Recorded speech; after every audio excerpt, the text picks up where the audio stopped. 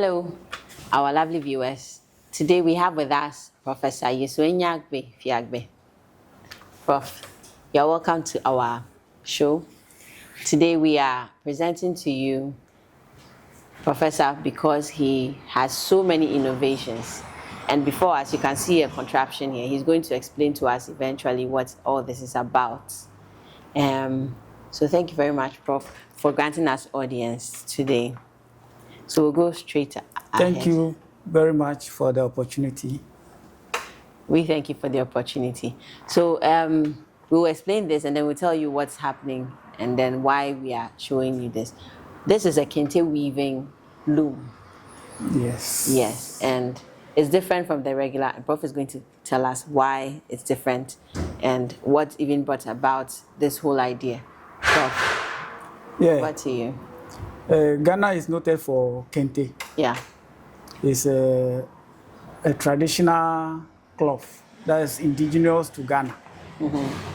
But since time immemorial, its production is by manual with a wooden loom that involves the physical, a lot of work on the person who is weaving, the weaver. The idea is to mechanize the system such that to improve production, to improve the quality of the kente, and still maintain its value. So that is what motivated us to start with this. So as you can see, here is the first prototype of the machine that is being tested at the laboratory level. From this phase, we go to the field testing. That is where we have the weavers themselves making use of it, trying it for a review, and then we'll finalize the products. Okay. So, Prof, just curious, have you woven kente yourself before? No. Okay. But I've watched how it's done weaving it. And that's how you were able to get the idea to do this? Yes. And I realized that it's a tedious work. Okay, okay. So what did it take? Did you go into the field to sit, watch them for some time, or? Yeah, I've been watching them before, since childhood. I've been watching them weave the kente. Because I can't fathom how you do this without an idea of how they go about it. Yeah, so I studied them and I understood what they have been doing, how they usually go about it. Okay. So you said this is a prototype. Have you used it before? You tried it already? Yes, but not to weave the kente actually. Oh, okay. But we try to make sure that all the movements are working. Okay. All the weaving actions are taking place. Okay.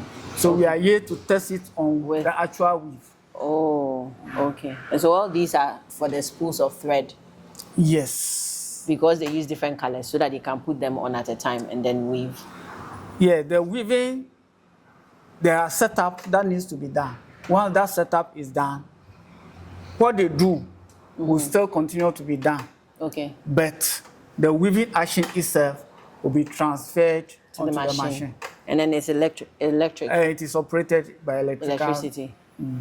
So it means that this one, you set it up, you start weaving, and then you leave it to continue. And go and do other things while the weaving is taking place for you.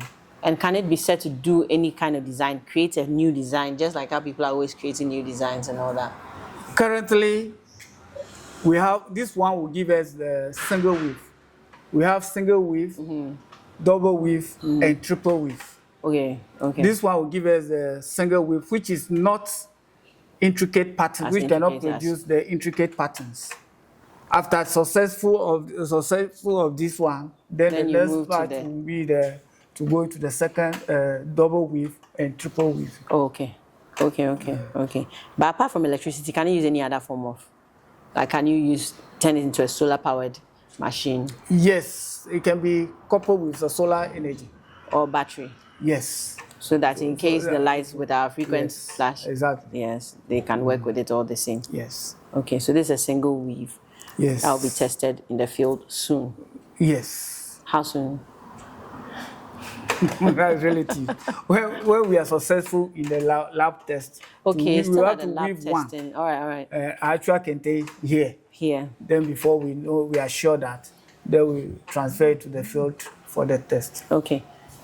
So another thing, viewers, is that this has already gone out in a way, and so the college has a charity where alumni in the diaspora can contribute to, and out of that charity, a presentation of $1,000 was made to Professor Fiagbe to be able to help him with his laboratory testing, so that we can see whether we can move on to the next phase. So it's one of the reasons we chose to bring it out while it's still in the prototyping phase, so that you see that if you're interested in it and you would probably want to give something towards the preparation, so that we can move on to the next stage and then do the field test after the laboratory test, then it makes it much easier. Prof, off camera, I was having a prior discussion with him, and I asked him, this is not the only innovation he has created anyway. There are several others that we will definitely bring to your attention very soon, but not on this particular episode. And I was asking him about those innovations and whether they are out there, how far he's gone. And he said something interesting. He said that sometimes, most often, they don't go too far. And I wanted to know why.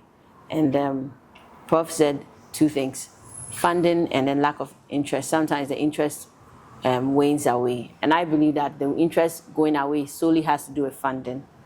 So this is a way for you to understand that just as the West has been able to mechanize a lot of their food production of their stuff, and it's much easier for you to get it, it's the same way here at KNUST.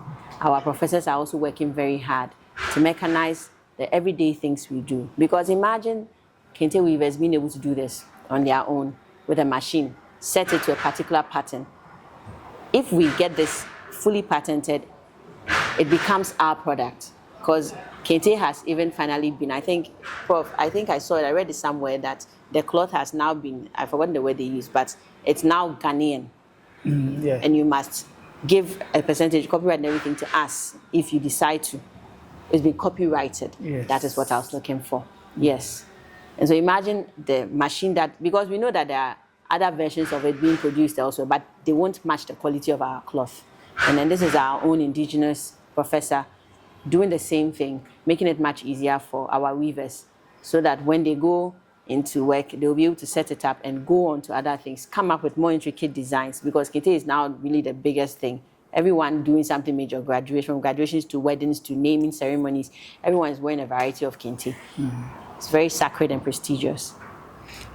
One thing we have to take note of is that kente weaving is tedious work, and it takes time. How long does it take? Yes. A basic cloth for a lady will take about 2 weeks, at least 2 weeks. How many yards is that? That is 6 yards. 6 pieces of 2 yards each. That is 6 yards, yes. It takes 2 weeks to weave Yes, manually? even more. And when this machine is done, how long will it take? We are expected to cut it down by 10 times. So 2 weeks now, 3 or 4 days, we should be able to. That would be wonderful. That. Yes, that is the target. That's the target. Yes, so that it should be easier for them. And the cost of kente is actually because tied to the labor. The labor. So it could also potentially bring the cost down. Bring the cost down, and by so doing, the market will expand. Definitely. So everybody can afford. Definitely. Definitely. So that is the motivation behind this. Well, another question. You've been given $1,000. Is that enough? No, but it will go a long way. Oh, yes. I just want to go out there. That we are super grateful for. But we want those watching to know how much more you might need, estimated, so that if someone is interested in donating, they know how much they are looking at to give towards it. from this stage to field testing to eventual production? Yes, as at now, I might say that this is the third prototype, actually. Okay, okay. And we have been working on this for the past almost 10 years. Goodness. Yes, the first prototype was successful, but unfortunately it was slow. Okay. So it was discarded. Okay. Then the second prototype also came up, and this is the third one, which is faster. Is more promising. Okay. But however, it's subject for review and of course. modification. Of course. That is how come we are doing the test. So for amount now, we cannot say this is how much we need exactly. But as we are progressing, you need need more. Definitely. In case there's a need for another prototype. Yes. As at now, when this is done, the idea is to produce 3 of this. Okay, for testing, the field testing. Because the areas of kente weaving are in Ghana, there are 3 set areas. In the Volta region, in Ashanti region, and in the northern region. The northern region one is mainly the fugu. Yes, the one they use for fugu. Yeah. That is more of a single weave. Yes, yes, yes. The patterns are not as intricate. Yes, exactly. Oh, so you want to be able to put some in. Yes. So the field test will involve these 3 areas. Great. So we'll produce 3 and see how it works. Yes. As at now, the cost of one now, because it's at the research level, it may sound higher. But as at now, it will be about $2,500. Okay. Okay. Okay. For us to produce this. $2,500. Yeah, because it's at the research level, because each component you buy, you are buying it as a unit. Yes, but when it becomes a larger production, then the cost comes down. Exactly. Yes, definitely. So that is what we are looking at. Okay, so then it's, I think, as you've heard, $2,500 at the research level to produce one prototype. And we are looking at being able to produce 3. Yes. For the 3 different spaces for the field tests, after the laboratory tests and everything. Yes. But we are extremely grateful to the charity. Yeah. And yeah, I must mention Professor Ishan, who's actually working behind the scenes, manning this charity, and also Professor Kumaple and Dr. Pepra, and a number of alumni who have contributed to the charity and given us this money, made it able for us to give out of it $1,000. So the production of this is $2,500. Think about it. How much can you give us towards this so that we can look at finishing the lab tests and then sending it out on the field? It took 10 years to create this. We want to scale it down totally.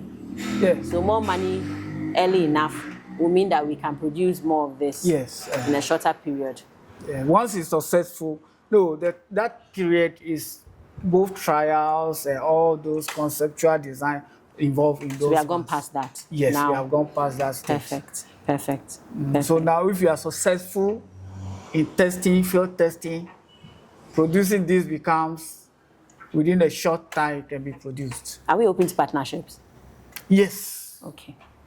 We are open to partnerships. Yes. I'm a researcher. Okay. If a partner comes to set up for the production, yes, we will do that, and we will continue to do our research on other products. Okay, well, that's what Prof is saying. Yes.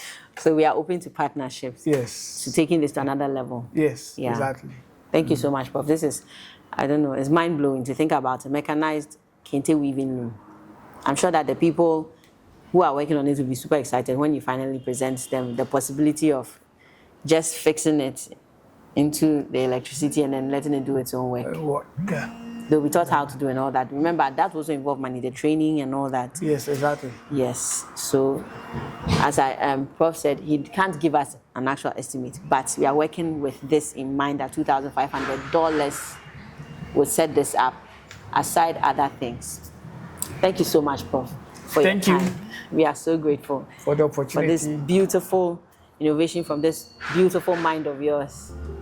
Thank you. We'll come and talk about more innovations that you have created. Yes.